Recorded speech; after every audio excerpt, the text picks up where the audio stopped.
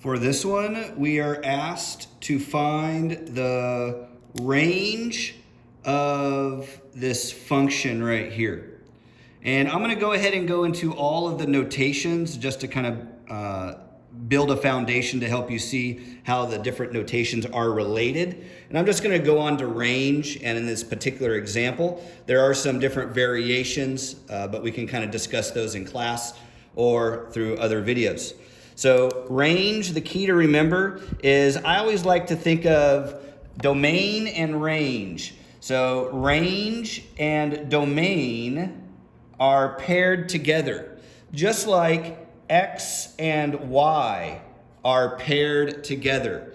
It follows the same alphabetical order. X comes before Y in the alphabet. Domain comes before range in the alphabet. So domain, many times I'll just put like an X next to it to help keep track of it. Range, that's our Y that we're focused on.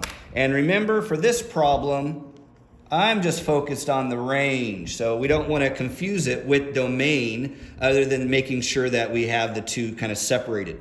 Now, so I'm looking at the Y values. We always start in numerical order. So if I look at the y-axis, it starts down here, and we could just think about 0, 1, 2, 3. We start at 0 when we count, so we would start down here, and we travel up as it gets larger. So we always start at kind of the minimum number, and then go to the maximum number for range. And infinity could be involved also. So range are just the y values. I'm not worried about how far left and right it goes, just how far up and down it goes.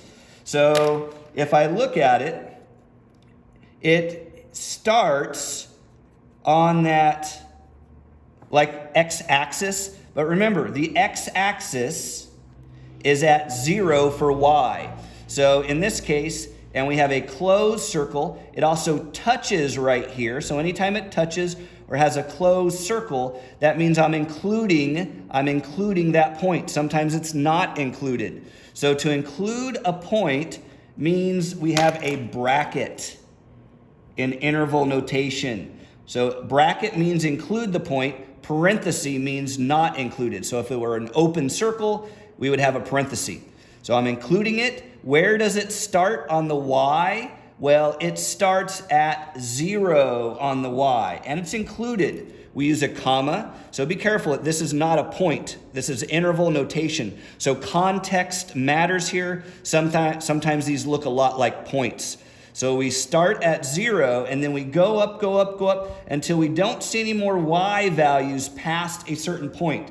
And you should be able to see that at 5 here, and I like to mark them with points, it doesn't go past anything past 5. So between 0 and 5. Just as a little note, that when I draw my curves, I like to put little dots at important places because those matter. So where it starts, where it peaks, where it bottoms out, and where it ends. So just when I draw it. All right, so we go from 0 to 5 for range, for the y value. 0 to 5. Do I put a parenthesis or a bracket? I'm including it, so I put a bracket. Now what I'm going to do is I'm going to show and represent what the other notations look like for this problem in this context. The inequality notation, inequalities are the less than, greater thans, and it has the equal sign sometimes. This one has an equal sign. We start at 0 and we go to 5. What letter are we talking about? We're talking about the Y letter. And then the notation always faces to the left. The inequalities have that point to the left. Sometimes it has an equal sign, sometimes not. In this case, we have an equal sign because we're including the endpoints. So this is really difficult to read. Usually we read our math from left to right. So 0 is less than or equal to y, which is less than or equal to 5. That kind of twists the brain a little bit. It's a lot easier to think of it as y is between 0 and 5, including 0 and 5. So that makes a lot more sense to me. I say between these two numbers, and then I say if it's including it or not. So that's all it is for inequality notation and for interval notation. The last one is set builder notation. Sometimes you have problems that are presented this way, so it's good to kind of know what the representation looks like. So we're talking about the range in this case. Range is equal to set. A set has a brace. So brace or braces, just like what people get on their teeth, or if you brace yourself against something, that's that same word, but it has that little curve action to it. So range, brace, we're talking about what letter? Y. They use the math symbol that has a line straight down that's kind of big. Where or such that is what that line means. And then we say that Y is an element. This is our set notation again. Element is just like a curved E. Element of, and then we'd say comma of what? And then usually we just use our inequality notation. So it's a little bit redundant in that sense. And then we'll close the set. So what this is saying, and this is more complete, it outlines everything. That's why they use this sometimes. The range is equal to Y, or the set of Y, where Y is an element of all numbers between 0 and 5. That's how I would say it. For the next problem, problem number 2 is f of x in this context is equal to negative parenthesis x minus 1 squared plus 6. And we're asked to use technology to graph and find, what do they want us to find? They want us to find in this problem the range. The range. So I'll go ahead and use some. Our favorite right now is Desmos. Desmos.com is a free graphing software and it has a calculator. So I'll be using that to graph it. Having looked at our graph, we can see that our range, and writing it down in notation, is from negative infinity, I put a negative 8, negative infinity to 6, and we're including 6, not including infinity. So we use a parenthesis because that means we never touch infinity. We can never touch infinity because it keeps going on and on forever. But in this case, we have the top of the graph at 6. So we would use a bracket. One other note that should be talked about is the original notation here is called vertex form. So what this is doing is it's moving the original x squared parabola. The negative sign flips it. So instead of facing up, it faces down. The negative 1 moves it one place to the right. It's opposite of whatever that number is, so it moves it one spot to the right and up 6 places on the y. So this is vertex form. If we know our parent functions, we should be able to use that. Lastly, with number 3, our problem is basically fill in the blanks on our program, and we'll go over that. Okay, here we are in the Desmos program, and I'm being asked to evaluate the negative parenthesis x minus 1 quantity squared plus 6 function. So let's type that in. Negative sign, parenthesis, x minus 1 in parenthesis, squared. Notice what happens to this parabola now. A parabola would usually be right here, peaking at bottoming out at 0. The negative sign right here flipped the parabola, and a minus 1 makes it go 1 unit in the opposite direction of that sign right here. So instead of going to the negative 1 space, it goes to a positive 1 space. And then affecting the y is this last number. That's the effect on Y. Notice it moved it up 6 units. So this is our graph.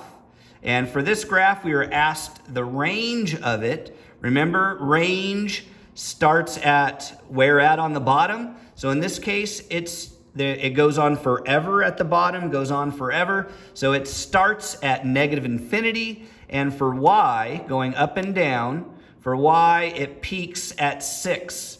So that's why I have written here, we have the negative infinity, not including it because we can't touch it, going to 6. And it tops out at 6. You can even click on it. The program's kind of nice, and it'll kind of show you that you've kind of peaked by a darkened in point here. And notice it is filled in, but 1,6 is here, and it peaks there.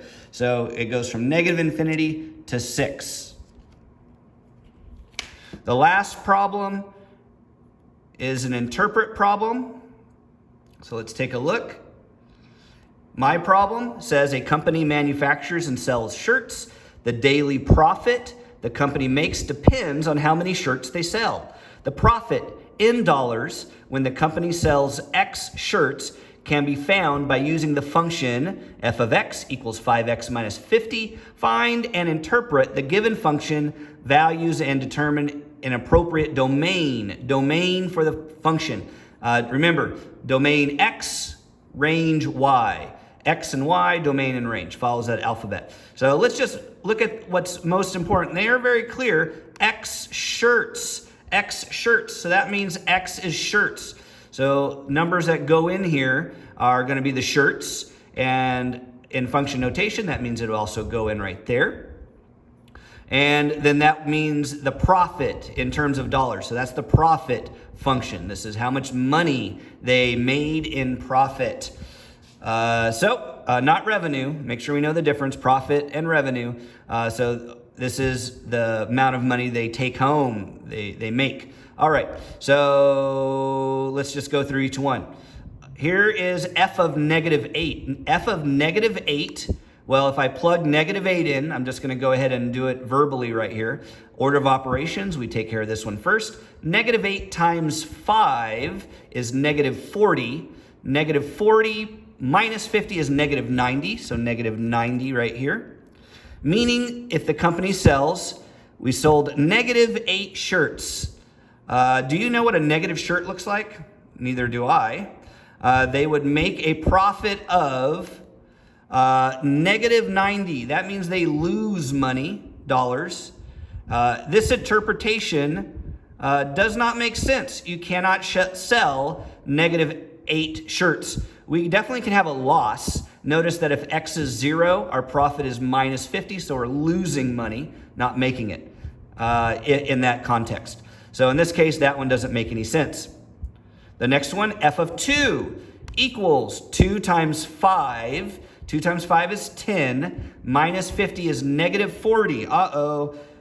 Do you remember what I called that? If it's negative, for profit, negative profit is called loss. So we're losing $40 here, meaning if the company sells 2 shirts, they didn't make enough to cover their expenses. So they would make a profit of negative $40, which means they lost it.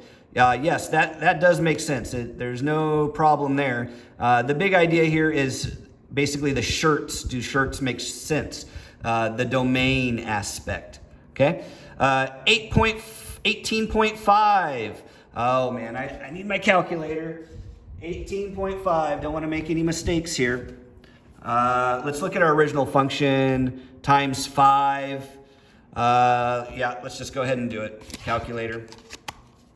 All right, so we got 18.5 times the original function is times 5.